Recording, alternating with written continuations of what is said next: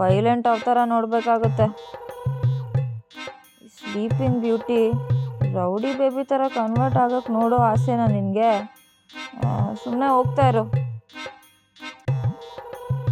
ಹೇಯ್, ಏನು ಮಾತಾಡ್ತಾ ಇದೆಯಾ? ಇದು ನನ್ನ ರೂಮು, ಎದ್ದು ಬೇರೆ ಕಡೆ ಹೋಗು.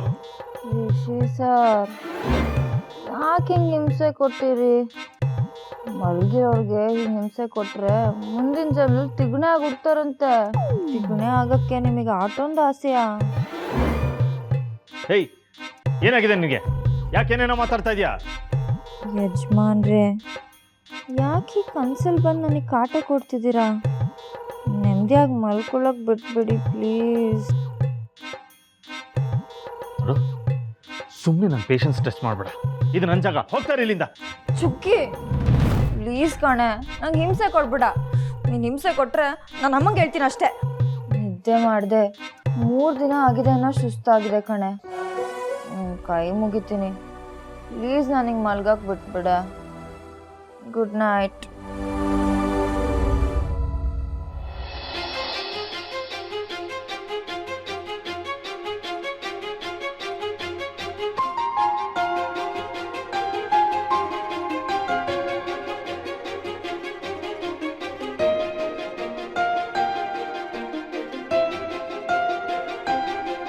ನೀ ಬೆಳಕಿನ ಹಕ್ಕಿ, ನಾ ಇರುಳಿನ ಚುಕ್ಕಿ, ನಮ್ಮಿಬ್ಬರ ಬೆಸುಗೆ ಕಲ್ಪನೆಗೂ ದೂರ, ಕೊನೆಯೆಂದು ಇರದ ಕವಲು ದಾರಿಯಲಿ ನಮ್ಮಿಬ್ಬರ ಪಯಣ ಗುರಿ ಕಾಣದು ಎಂದು. ಬಿರುಗಾಳಿ ಎದುರಲಿ ಗಂಧ ಇದ್ದರೂ ಕಂಪು ಬೀರದು, ನಮ್ಮ ಪ್ರೇಮ ದೋಣಿಯು ಏನೇ ಆದರೂ ತೀರ ಸೇರದು.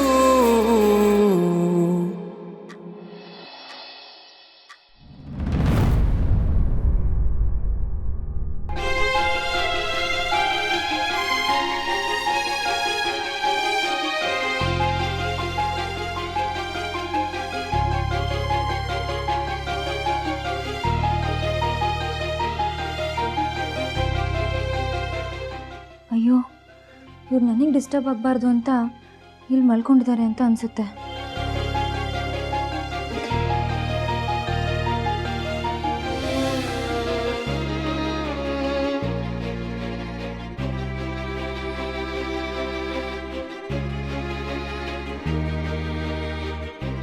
I am very sorry. Promise, ನೀವು ಬಂದಿದ್ದು ಗೊತ್ತಾಗಿಲ್ಲ, ನಾನು ನಿದ್ದೆ ಹೋಗಿದ್ದು ಗೊತ್ತಾಗಿಲ್ಲ. ಪರಿಚಯ ನಡುದಾರಿ ವಿದಾಯ ಜೀವ ಮಧಿಯ ಶಿಕ್ಷೆಯ ಬರಿ ನೋವಂದೇ ಎದೆಲಿ ಉಳಿತಾಯ ಈ ಕಥೆಲಿ ಮುಗಿದೋದ ಮೇಲೆ ಎಲ್ಲ ಇನ್ನೇನು ಹೇಳಲಿ.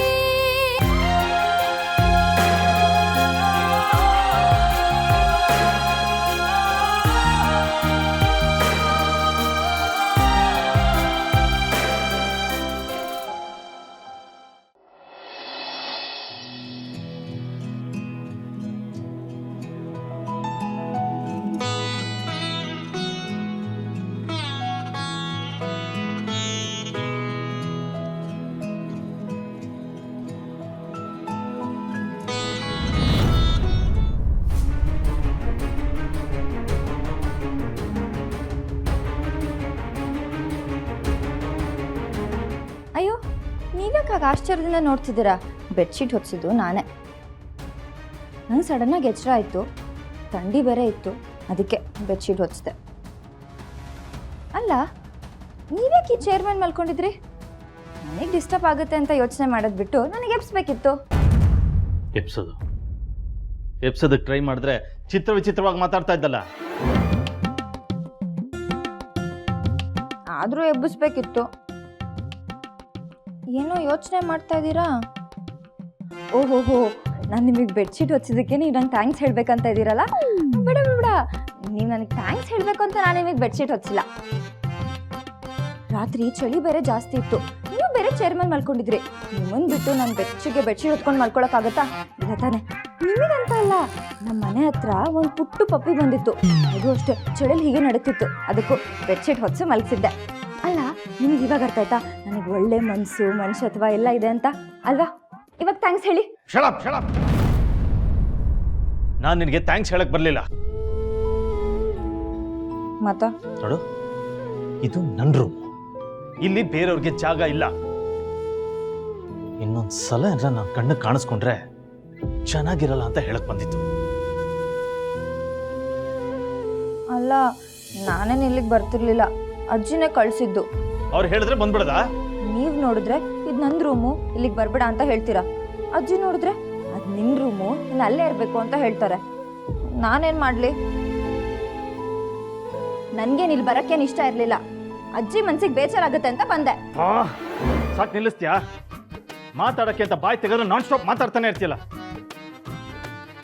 ಅಷ್ಟು ಮಾತಾಡೋಳು ನೀನು ಎಚ್ಚರವಾಗಿದ್ದ ಕೇಳ್ಬೇಕಾ?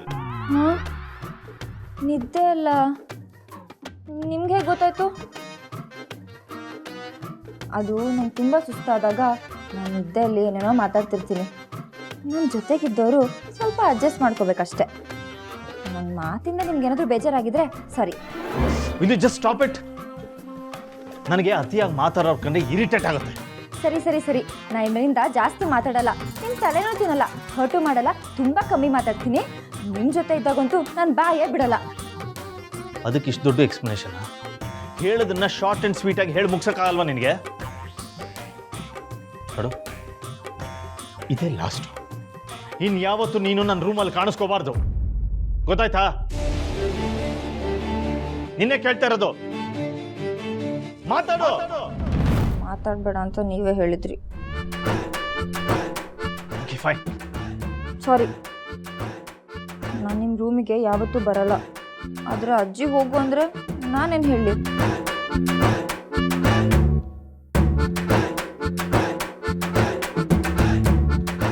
ಓಕೆ, ನಿನಗೆ ಈ ರೂಮಲ್ಲಿ ಅಷ್ಟೇ ಜಾಗ. ಈ ಮಂಚದ ಮೇಲೆ ಆಗಲಿ ನನ್ನ ಮನಸ್ಸಲ್ಲಾಗಲಿ ಯಾವತ್ತೂ ಜಾಗ ಇಲ್ಲ. ಇದನ್ನು ಅರ್ಥ ಮಾಡಿಕೊಂಡು ಒಂದು ಮೂಲೆಯಲ್ಲಿ ಕರೆಕ್ಟ್.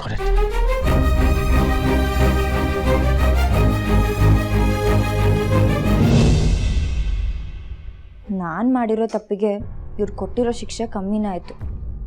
ಇವ್ರು ಏನೇ ಹೇಳಿದ್ರು ನಾನು ಸಂತೋಷದಿಂದ ಎಕ್ಸೆಪ್ಟ್ ಮಾಡ್ತೀನಿ. ನನ್ನ ಹಣೆಯಲ್ಲಿ ನಿನ್ನ ಹೆಸರಿಲ್ಲ, ಈ ನಿನ್ನ ಪಡೆವ ಪುಣ್ಯ ನನಗಿಲ್ಲ. ಬಿಸಿಲಾದ ಕೂಡಲೇ ಕರಗೋ ಕಹಿ ಸತ್ಯವೇ ಕೊನೆಯೂ